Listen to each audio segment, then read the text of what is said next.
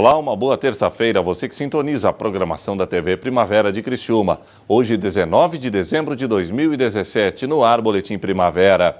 O Grupo de Atuação Especial de Combate às Organizações Criminosas, o GAECO, deflagrou a Operação Cigarros Sem Fronteira, que tem como objetivo desarticular um grupo de criminosos que contrabandeava cigarros na região oeste de Santa Catarina, sudoeste do Paraná e norte do Rio Grande do Sul.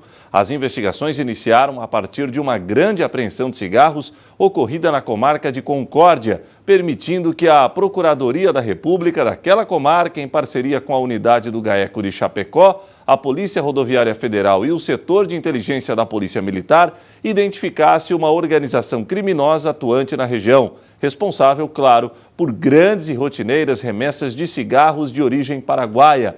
De acordo com as investigações, após adentrarem em território nacional pela região de Guaíra, no Paraná, os cigarros eram conduzidos em caminhões baús até o estado de Santa Catarina, de onde eram distribuídos para diversos estabelecimentos na região oeste do estado e também no norte do Rio Grande do Sul. A região sul de Santa Catarina foi atingida por um temporal no final da tarde de domingo. O fenômeno climático deixou vários prejuízos na REC e o coordenador regional da Defesa Civil avaliou hoje os estragos ocasionados pela força do vento e da chuva. A jornalista Morgana Salvador nos traz mais informações. E neste domingo, muitas cidades, principalmente no sul de Santa Catarina, acabaram sendo castigadas por um temporal. Eu estou aqui com o Ney, que é coordenador regional do estado, né, Ney? Queria que tu fizesse um balanço para a gente do que exatamente aconteceu e quais são os números, né, que vocês têm até o momento. Boa tarde.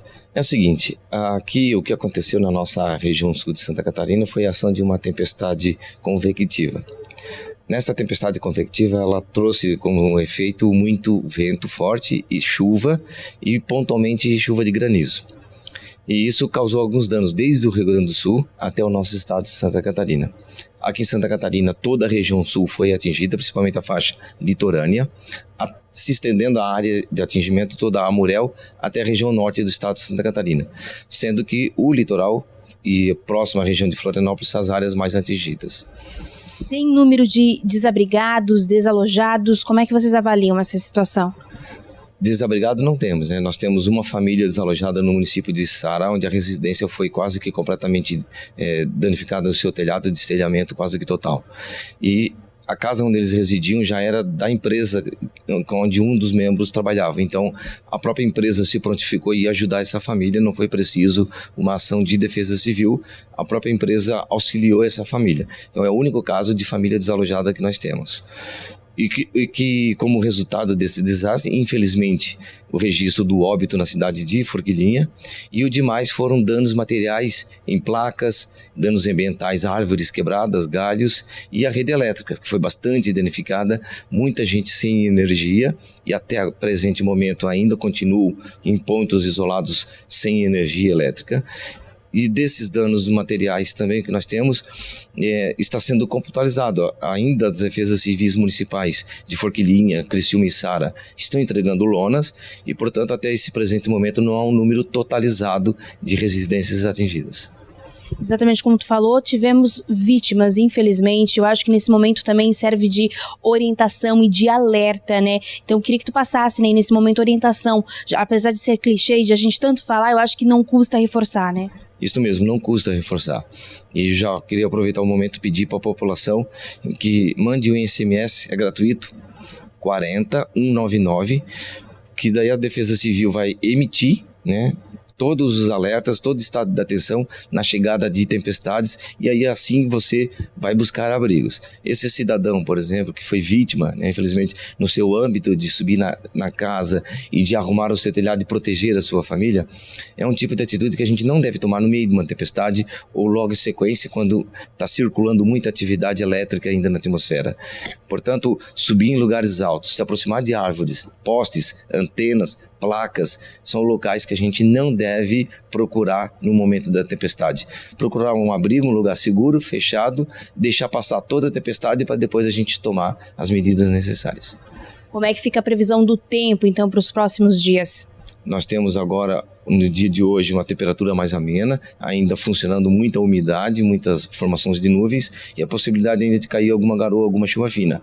Amanhã o tempo continua assim, com uma movimentação atmosférica de nuvens, com possibilidade ainda de ter muito pouca, mas pouca chuva ainda pode ter. E começa a esquentar, a partir da manhã começa a esquentar novamente e as vésperas de Natal e Ano Novo pode estar acontecendo o mesmo tipo de sistema, entrada de frente fria e a movimentação atmosférica com vento forte. Muito obrigada, Ney, pelas informações. Tá aí, então, uma orientação da Defesa Civil para todos os moradores, né, do estado de Santa Catarina e o cuidado que realmente se deve ter em casos como esse. Morgana Salvador para o Informe Região. Um problema em uma adutora da Casan fez com que a estatal emitisse um comunicado pedindo racionamento de água na região. A reportagem é da jornalista Morgana Salvador. Desde sexta-feira, os profissionais da Casan buscam encontrar o problema que vinha prejudicando o abastecimento da água na região. Depois de alguns estudos, foi possível identificar que, diante de alguns vazamentos que havia ocorrido durante o dia, havia comprometido a reserva de água tratada. Na verdade, nós costumamos dizer de que não é um problema só que ocorre num sistema integrado de Criciúma. Esse sistema integrado de Criciúma são quase 500 mil pessoas, mais de 1.500 quilômetros de rede. Então, você tem uma somatória de fatores. Nós estamos numa estiagem com a barragem a 5 metros abaixo do nível. Nós temos o aumento de consumo natural dessa época, as pessoas fazendo a limpeza das suas casas.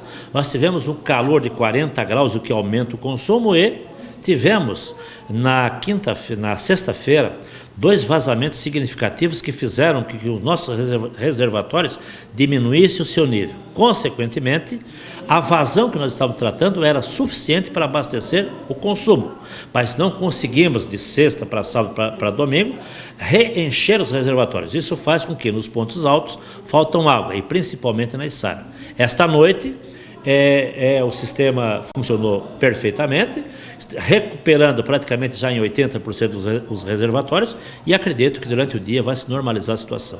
Tem alguns pontos que são mais críticos, como a situação do município de Içara, e vão demorar um pouco mais para normalizar o abastecimento.